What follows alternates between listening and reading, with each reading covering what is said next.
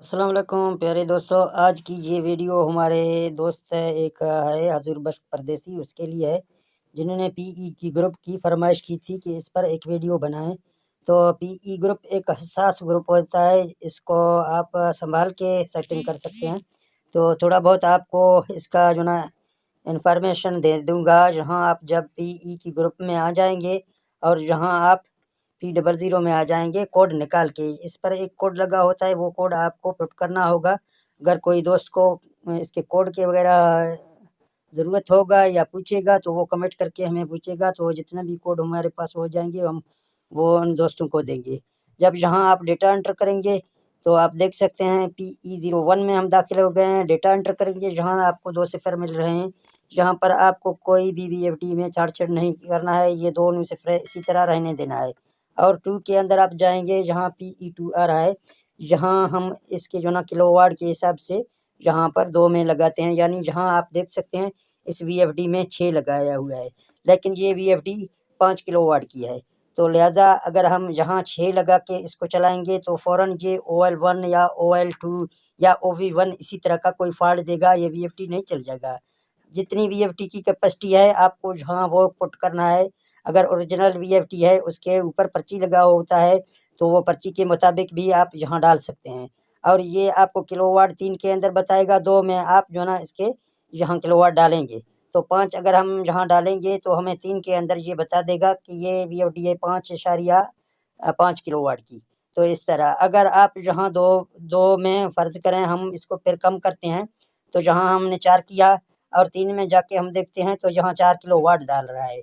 तो इस तरह ये VFD आगे भी अपना चेंजिंग करेगा। सारे जो फंक्शन हैं इसमें तकरीबन ये अगर जहाँ आप 2 के अंदर चेंजिंग करेंगे, फ़र्ज़ करें मैं यहाँ 2 के अंदर वापस आता हूँ, यहाँ से अगर आप चेंजिंग करेंगे तो आपके VFD PE5 में भी चेंजिंग करेगा, क्योंकि वहाँ आपको एम्पायर दिया जाता है VFD की तरफ से कि ये इतना लोड तक उठा सकते हैं। वो लोड आप PE5 में देख सकते हैं एम्पायर के हिसाब से। और इसके बाद PE9 में भी ये चेंजिंग करेगा। तो मैं आपको यहाँ दिखाता हूँ, ये अभी जो ना 4 करके मैंने डेटा एंटर किया। अभी हम जहाँ आपको इसके किलोवाट दिखा रहे हैं और जहाँ 5 में जाके आपको मैं दिखाऊँगा कि ये अभी 16 एम्पायर तक, यानी 16 एम्पायर तक ये बर्दाश्त करेगा, इसके ऊपर ये नहीं चलेगा। अगर चला है तो फिर जो है ना कोई फ़ॉल्ट देके ये रुक जाएगा। तो इसी तरह अगर हम यहाँ वापस आ जाएँगे 2 के अंदर, वापस 2 के अंदर आ जाएँगे तो जहाँ हम इसको 5 करेंगे, 5 करके हम डेटा एंटर करेंगे, ये 5 4 या 5 की VFD बन गई है। और यहाँ 4 में आप यहाँ भी चेंजिंग कर सकते हैं। 220 वोल्ट पर आप चला सकते हैं, आप 230 पर चला सकते हैं, 50 पे चला सकते हैं और 380 पे भी चला सकते हैं। ये आपके सोलर पैनल के हिसाब से होगा। अगर सोलर आपके ज़्यादा हैं तो आप 380 पे चलाएँगे, अगर आपके सोलर कम हैं तो आप 220 या 240, 50 इस तरह चलाएँगे। और डेटा एंटर करेंगे, जहाँ 5 में आप देख सकते हैं पहले 16 आ रहा था, अभी जो है ना जब भी हमने उधर ज़्यादा किया तो यहाँ एम्पायर भी ज़्यादा हो गया, ये 20 तक एम्पायर उठाएगा। तो इस तरह अगर हम आगे जाएँगे, ये 6 उसी तरह खड़े रहेगा, इसका कोई चेंजिंग नहीं होगा। साथ में जो है ना वोल्ट आ जाएँगे, अगर 250 वोल्ट 230 वोल्ट पर सेट होगा तो वो VFD में 410 होगा। अगर VFD में करंट ज़्यादा आप दे रहे हैं, सोलर पैनल ज़्यादा हैं, तो यहाँ VFD आपको 380 पे रखना है और आपके वोल्ट यहाँ 800 बन जाएँगे। VFD आपको 800 दिखाएगा। तो इस तरह आगे ये 8 के ऊपर 180 आपको मिलेगा, इसमें चेंजिंग नहीं होगी। जब पीछे आप चेंजिंग करेंगे ये इसी तरह खड़ा रहेगा।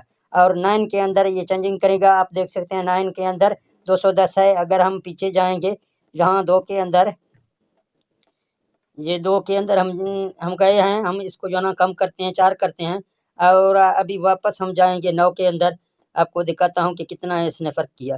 तो आप देख सकते हैं ये भी 210 दिखा रहा है यहाँ 9 के अंदर। तो इस तरह अगर आप यहाँ 2 के अंदर चेंजिंग इसका करेंगे, कम करेंगे या ज़्यादा करेंगे, यहाँ ये 2 है, 2 के अंदर मैंने 4 किया, अभी मैं इसको 6 करता हूँ।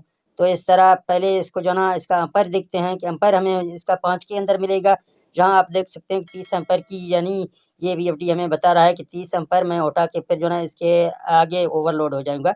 तो अगर VFD छोटी है तो आपको खामख़ा इसका एम्पायर ज़्यादा नहीं करना है, तो आपके VFD में नुकसान होगा। जितनी कैपेसिटी की वीएफडी है वहाँ वो कैपेसिटी के हिसाब से आपको यहाँ टू के अंदर जो है ना डालना है। अगर आपकी वीएफडी में पहले से चेंजिंग किया हुआ है, अगर चेंजिंग नहीं किया हुआ है, नया वीएफडी है, तो खामखा अपने वीएफडी को मत छेड़ें। जहाँ आप जो भी वीएफडी में पहले से कंपनी ने लगाया उसी को रहने दें। तो इसी तरह आप जहाँ इसके अंदर अगर 5 करेंगे तो ये 5 या 5 किलोवाट आपको बताएगा, और 4 के अंदर आपके वोल्ट आ जाएंगे। ये वो वोल्ट हैं जो आपके मोटर को भी जाएंगे या आपकी वीएफडी अभी जो है ना 220 पर ये वीएफडी खड़ा है। अगर जहाँ मैं इसको फ़र्ज़ करें ज़्यादा करूँ तो ये वीएफडी पावर ऑफ देगा, क्योंकि हमारे पास सोलर कम है इसीलिए। तो आप देख सकते हैं इसने पावर ऑफ दी है। अभी पावर ऑफ दिया है, जब हम इसके वोल्टेज ज़्यादा करेंगे, इसको सोलर ज़्यादा लगाएंगे तो ये खुद ब खुद 5000 लिखेगा। तो ये आप देख सकते हैं अभी ये 6 के अंदर और ये 7 के अंदर आप देख सकते हैं कि 800 वाट बन गए हैं। अभी अगर हम जहाँ पीछे जाएंगे उसको कम करेंगे तो खुद ब खुद ये चेंजिंग करेगा। अभी आपके सामने मैं 4 में जाता हूँ, यहाँ इसको कम कर देता हूँ, यानी 250 पहले मैंने की थी, 240 मैंने की है। अभी आप देख सकते हैं 240 में हमारे वीएफडी भी ऑन हो गई। और यहाँ हम जाएंगे फिर 9 के अंदर मैं आपको दिखाऊंगा कहाँ, ये 7 के अंदर, तो ये 410 हो गया। तो इसी तरह इसके अंदर एक हसास पैरामीटर है जिसको आप चेंजिंग कर सकते हैं। ये नहीं है कि आप इसमें चेंजिंग नहीं कर सकते हैं, लेकिन चेंजिंग आपको एहतियात से करना है ताकि आपकी वीएफडी भी बच जाए, आपको नुकसान कोई ना हो। तो ये हसास पैरामीटर हैं, इसके बारे थोड़ा बहुत हमने जो सीखा है वो आपको हमने बता दिया। आप इसके अंदर पी यानी PE02 के अंदर चेंजिंग करेंगे तो ये वीएफडी खुद ब खुद आगे चेंजिंग करेगा। दूसरा, अगर आप 4 के अंदर चेंजिंग करेंगे, यहाँ फिर भी ये वीएफडी अपनी चेंजिंग खुद तब्दील करेगा। बाकी इस वीएफडी के अंदर अगर 10 पैरामीटर की हम बात करें तो ये 10 पैरामीटर यहाँ अगर आप इसको बढ़ाएंगे तो आपके पीछे से जितने भी वोल्ट आ रहे हैं वो उसको बूस्ट करेगा, उसको ज़्यादा करेगा। अगर आपके वोल्ट पीछे से आ रहे हैं, फ़र्ज़ करें आपने 16-16 की 2 स्ट्रिंगें लगाई हैं, अभी आपका पानी झटका मार रहा है, आपने PB4 110 पे भी रखा है, फिर भी झटका मार रहा है, तो उसका इलाज यही है, आप यहाँ पर आ जाएंगे, 100 को आप यहाँ चेंज करके कम करेंगे, 90 करेंगे तो आपका जो है ना मोटर का जो झटका होगा पानी का, वो आपका झटका यहाँ से ख़त्म होगा। जब आप इसको पीछे ले आएंगे तो थोड़ी बहुत आपके वोल्ट कम हो जाएंगे, आपके पानी की प्रेशर बराबर चलेगी। तो अगर आपके थोड़े बहुत वोल्टेज कम है तो आप यहाँ इसको बढ़ा के 110 पे भी रख सकते हैं।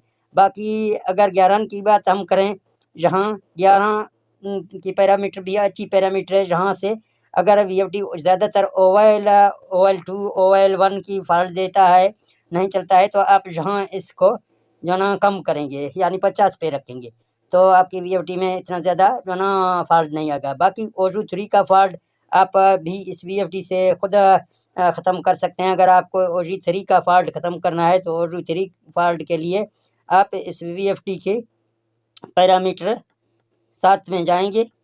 यहाँ पर अगर OU3 आपके सामने आ रहा है, फ़र्ज़ करें अभी आपके सोलर पैनल या तो ज़्यादा करंट दे रहे हैं या आप उसको निकालना नहीं चाहते हैं, तो यहाँ आप फ़र्ज़ करें आपके पीछे वोल्ट आ रहे हैं 415, यहाँ लिखा हुआ है 410, तो आप इसको 420 करके जब डेटा एंटर करेंगे यहाँ, तो आपकी वीएफडी की OU3 की फॉल्ट ख़त्म होगी। बशर्ते यही है कि आप एक बार स्टॉप की बटन दबाएंगे तो यहाँ जो OU3 का फॉल्ट आ रहा है वो ख़त्म हो जाएगा।